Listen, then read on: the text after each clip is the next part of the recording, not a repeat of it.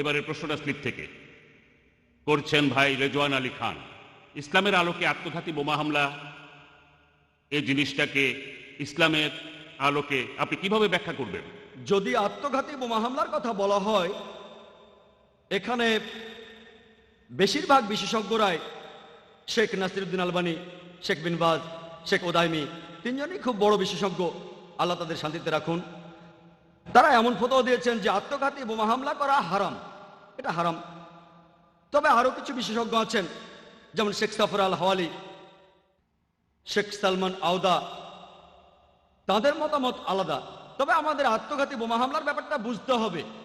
ইসলাম ধর্মে আত্মহত্যা করা হারাম, এ ব্যাপারে কোনো দ্বিধাদ্বন্দ্ব নেই। তবে আত্মঘাতী বোমা হামলার ব্যাপারে বিশেষজ্ঞরা একমত নয়। তাদের মতে আত্মঘাতী শব্দটা এখানে সঠিক নয়, এটা সঠিক শব্দ নয়। আত্মহত্যার ক্ষেত্রে একজন তার জীবন নিয়ে বিরক্ত হয়ে জীবনটা দিয়ে দিতে চায়, আর এখানে তাদের মতে এটা যুদ্ধের একটা কৌশল। এখানে উদ্দেশ্য হলো শত্রুপক্ষের ক্ষতি সাধন করা, আর এটা করতে গিয়ে এই সম্ভাবনায় বেশি তারা মারা যাবে, সেজন্য এটা যুদ্ধের একটা কৌশল। আর অনেক বিশেষজ্ঞ যেমন শেখ সালমান আওদা বলেন এটা সঠিক। তবে এর মানে এই নয় যে একজন মুসলিম ইচ্ছে করলেই শরীরে বোমা বেঁধে হামলা করতে পারে। এসব ক্ষেত্রে সালমান আওদা, সাফর হাওয়ালি বলেন এটা হারাম।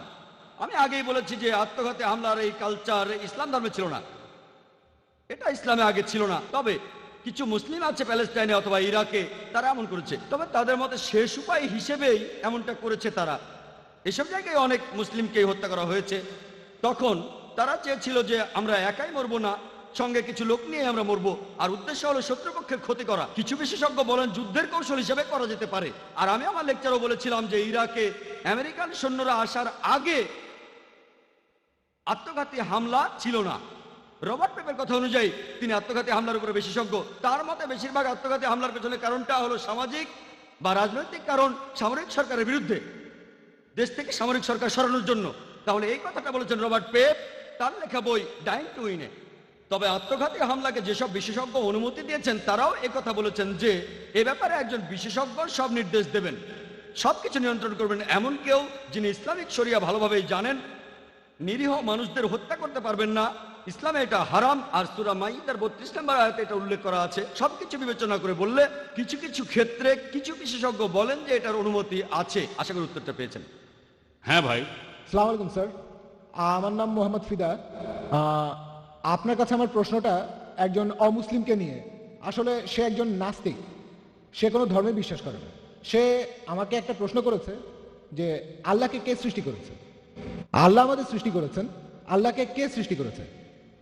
কিভাবে এই প্রশ্নের উত্তর দেব? ভাই, আপনি প্রশ্ন করলেন যে একজন অমুসলিম নাস্তিক জিজ্ঞেস করেছেন কে আল্লাহকে সৃষ্টি করেছেন।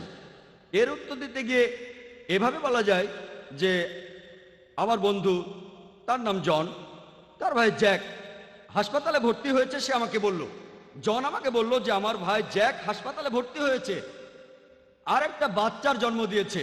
ওই বাচ্চাটা ছেলে নাকি মেয়ে? ছেলে না মেয়ে বলতে পারবেন? আমি আসলে জানি না।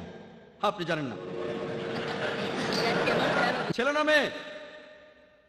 একজন পুরুষ কিভাবে কোনো বাচ্চার জন্ম দিতে পারে? জ্যাক একজন পুরুষ, সে জনের ভাই, হাসপাতালে ভর্তি হয়েছে, একটা বাচ্চার জন্ম দিয়েছে, ছেলে না মেয়ে? প্রশ্নটাই অযৌক্তিক। একজন পুরুষ বাচ্চা জন্ম দিতে পারে না। একইভাবে ঈশ্বরের কথা যদি বলি, আল্লাহ কেউ তাকে সৃষ্টি করেনি, তাই কে আল্লাহকে সৃষ্টি করেছে এই প্রশ্নটাই অযৌক্তিক। যদি আমি বলি যে অমুক লোক আল্লাহকে সৃষ্টি করেছে, সে তাহলে আল্লাহ নয়। ও আলাম ইয়াকুল লাহু কুফুয়ান আহাদ, তার সমতুল্য কেউ নাই। তাই আল্লাহ তাআলার সংজ্ঞা হলো তাকে কেউ সৃষ্টি করেনি। তাই কে আল্লাহকে সৃষ্টি করেছে এই প্রশ্নটাই অযৌক্তিক। যখনই আল্লাহকে সৃষ্টি করার কথা বলছি, সে তখন আর আল্লাহ হবে না। আল্লাহ তাআলাকে কেউ সৃষ্টি করেনি, তিনি এই বিশ্বজগৎ সৃষ্টি করেছেন, আমরা তার উপর নির্ভরশীল, তিনি কোনো কিছুর উপরে নির্ভর করেন না। এখন একজন নাস্তিককে কিভাবে বোঝাবেন? আপনি আমার ভিডিও ক্যাসেট দেখতে পারেন, is the Quran God's word. এই প্রশ্নের উত্তরটা পাবেন। এছাড়াও জানবেন কিভাবে একজন নাস্তিককে বোঝাতে হবে। এই ভিডিওটা থেকে আপনি বিস্তারিত জানতে পারবেন একজন নাস্তিককে কিভাবে বোঝাবেন। এবারের প্রশ্ন স্লিপে এখনকার মিডিয়া 11ই সেপ্টেম্বর নিয়ে মুসলিমদের বিরুদ্ধে কি কোনো ভূমিকা পালন করেছে? ভাই প্রশ্ন করেছেন এখনকার মিডিয়া 11ই সেপ্টেম্বর নিয়ে মুসলিমদের বিরুদ্ধে কোনো ভূমিকা পালন করছে কিনা। এটা গোপনীয় কিছু না। মিডিয়া আমাদের বলছে যে আনুমানিক 13 জন আরব দেশীয় লোক তারা একটা প্লেন নিয়ে ওয়ার্ল্ড ট্রেড সেন্টার ক্র্যাশ করেছিল। এটা কিভাবে জানলো? তারা সেখানে একটা পাসপোর্ট পেয়েছিল। চিন্তা করেন, 2000 ডিগ্রির তাপমাত্রা। কৌতুক করে বলা হয়েছিল যে এখন থেকে আমেরিকার সৈন্যদের ইউনিফর্ম বানানো হবে সেই পাসপোর্ট দিয়ে। সব উড়ে গেল, শুধু পাসপোর্টটাই থেকে গেল। খবরে বলা হলো এই মুসলিম আরবরা তারা সেই প্লেনে ওঠার আগের দিন মদের দোকানে গিয়ে মদ খেয়েছিল। চিন্তা করেন, তারা পরের দিনই মারা যাবে, তারা সবাই সে কথা জানে, আর তারা মদের দোকানে গেল মুসলিম হওয়ার পর। তারা এইসব ইনফরমেশন কোত্থেকে পায়? এটা পরিষ্কারভাবে অপবাদ দেয়া। এটা কে করেছে? ওসামা বিন লাদেন করেছে। চিন্তা করেন, সিআইএ তারা বছরে কয়েকশো কোটি ডলার খরচ করে, পেন্টাগনের উপরে একটা পাখিও নজরদারি ছাড়া ওড়ে না। সেখানে একটা পাখিও নজরদারি ছাড়া ওড়ে না, আর একটা প্লেন এসে সোজা পেন্টাগনে ক্র্যাশ করলো। এরপরে অনেকগুলো থিওরি বলা হয়েছে। এগুলোকে থিওরি বলছি কারণ এগুলো প্রমাণিত নয়। তাহলে কিভাবে হয়েছে? বিশেষজ্ঞরা পরে পেন্টাগনে পরীক্ষা করে বলেছেন এই বিস্ফোরণটা কোনো এরোপ্লেনের পক্ষে করা সম্ভব না। এইসব খবরের উদ্দেশ্য ছিল মুসলিমদের নামে অপবাদ দেয়া। মিডিয়া ইসলামের বিরুদ্ধে এইসব প্রচার করছে। আর এছাড়াও কয়েকটা থিওরি এমন বলছে এই কাজটা ভেতরে কেউ করেছে। যেভাবে ওয়ার্ল্ড ট্রেড সেন্টার ভেঙে পড়েছে সেটা প্লেনের আঘাতে হতে পারে না, ভেতর থেকে কেউ করেছে, আল্লাহ জানেন। তবে যাই ঘটুক, তারা ইসলামকে যতই আক্রমণ করুক, মাকারুম মাকার আল্লাহ আল্লাহ খায়রুল মাকিরিন, তারা চক্রান্ত করেছিল, আল্লাহ কৌশল করেছিলেন, নিশ্চয়ই আল্লাহ কৌশলীদের শ্রেষ্ঠ। আলহামদুলিল্লাহ, এত কিছু সত্ত্বেও মিডিয়া ইসলামকে আক্রমণ করেছে, তারপরও পৃথিবীতে ইসলাম ধর্মের প্রসার এখনো সবচেয়ে বেশি, এমনকি আমেরিকা আর ইউরোপেও। আসসালামু আলাইকুম, আমার নাম ডাক্তার খান। আপনার কাছে আমার প্রশ্ন হলো, ইসলাম ধর্ম প্রচারের উদ্দেশ্যে মহিলারা কি মিডিয়ার সামনে আসতে পারবেন? অনেক মুসলিম বিশেষজ্ঞই মহিলাদের অডিও রেকর্ড করার অনুমতি দেন না, কারণ সেক্ষেত্রে অন্য পুরুষেরা আমাদের কণ্ঠ শুনে ফেলবে। এটার কি অনুমতি আছে? আর থাকলে সেটা কিভাবে বোঝাবো? ধন্যবাদ। বোন, আপনি প্রশ্ন করলেন যে আপনারা মানে মুসলিম নারীরা মিডিয়ার সামনে আসতে পারবেন কিনা সত্য প্রচারের জন্য বা ইসলামের শত্রুদের সাথে লড়াই করতে। আর কিছু বিশেষজ্ঞ এমন ফতোয়া দিয়েছেন যে এটা হারাম। এখানে কিছু ব্যাপার অবশ্যই হালাল। আপনি আর্টিকেল লিখতে পারেন যেটাকে কোনো বিশেষজ্ঞই হারাম বলবেন না। আপনি আর্টিকেল লিখতে পারেন হয়তো খবরের কাগজে অথবা ইন্টারনেটে। কিছু কিছু ক্ষেত্রে অবশ্যই অংশ নিতে পারেন, প্রিন্ট মিডিয়ায় অংশ নিতে পারেন। আর অডিও মিডিয়ার কথা যদি বলি, এটা নিয়ে মতভেদ আছে। কেউ বলেন পারবেন, কেউ বলেন পারবেন না। সাধারণত কণ্ঠস্বর নিয়ে বিশেষজ্ঞরা মহিলাদের তেমন কিছু বলেন না। তবে এইসব ক্ষেত্রে মহিলাদের কণ্ঠস্বর সাধারণ থাকতে হবে।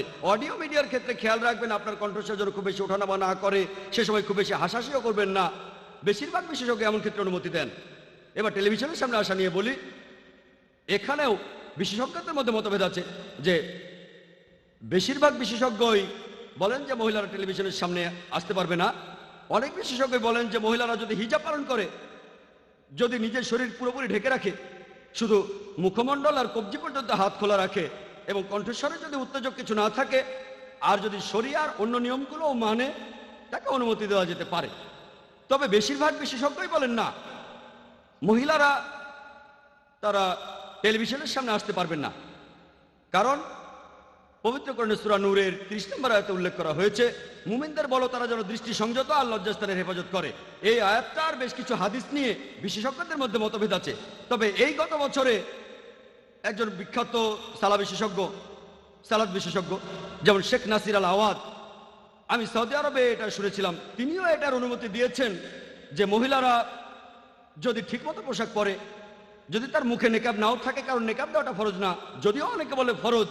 তবে শেখ নাসির আলবানির মতো কয়েকজনের মতে নেকাব যেটা দিয়ে মুখ ঢাকে, এটা ইসলামে ফরজ না। তবে এখন অনেক বিশেষজ্ঞ, বেশিরভাগই না, তারা অল্প কয়েকজন, সংখ্যায় হয়তো বেশি কিন্তু পার্সেন্টেজ অনেক কম, এমন কিছু বিশেষজ্ঞ ফতোয়া দিয়েছেন, যেমন সৌদি আরবের নাসির আল আওয়াদ, যে মিডিয়ার গুরুত্বের কারণে আমরা মহিলাদের টিভিতে আসার অনুমতি দিতে পারি। কিন্তু এমনকি আজকেও এ নিয়ে মতভেদ আছে।